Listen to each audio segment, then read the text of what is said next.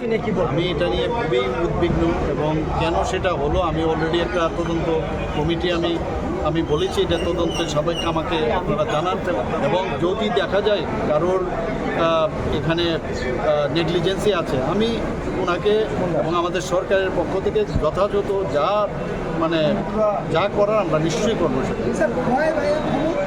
রাস্তাটার positive sign আছে এনএসডিসিএল এর এমডি আসবেন বলে আমাকে গতকালই আমার কাছে আমাদের এমওআরটিএইচ ইউনিয়ন মিনিস্টার গডকারিজির একটা চিঠি এসেছে। আমি এর আগেও ওনার সাথে কথা বলেছি, নিজেও আমি চিঠি দিয়েছি, টেলিফোনেও কথা হয়েছে এবং সেই অনুযায়ী কালকেই আমি একটা চিঠি আমি রিসিভ করেছি। সেখানে বলেছে যে টিম আপনার এখানে আমি পাঠিয়েছিলাম এবং আরও আমি পাঠাবো এবং তাদেরকে বলেছি 15 অগস্টের আগে পুরো রিপোর্ট দেওয়ার জন্য।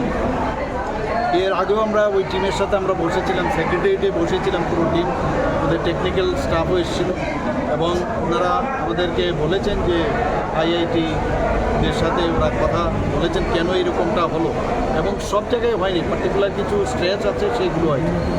তো আমরা ওনাদেরকে বলেছি এরকম হলে তো আমাদের পক্ষে সমস্যা। তো আমাদের মাননীয় ইউনিয়ন মিনিস্টার অলরেডি বলেছেন যে খুব অতি সত্তর এর মধ্যে আজকে আমাদের সেক্রেটারি মহোদয় বলেন যে আরেকজন সেক্রেটারি আসছে ওনাদের যে এমওআরটিএইচে এবং অন্যান্য যারা টেকনিক্যাল স্টাফ আসবে ওদের কালকে আমার সময় নিয়েছে, এগুলো আমরা দেখছি এবং ওনারা বলেছেন বৃষ্টির মধ্যে কিন্তু কাজটা যদি আবার নতুনভাবে শুরু হয় তাহলে হয়তো আবার একই অবস্থায় দাঁড়াবে। তো বৃষ্টিটা শেষ হওয়া মাত্রই ওনারা কাজটা শুরু করবে।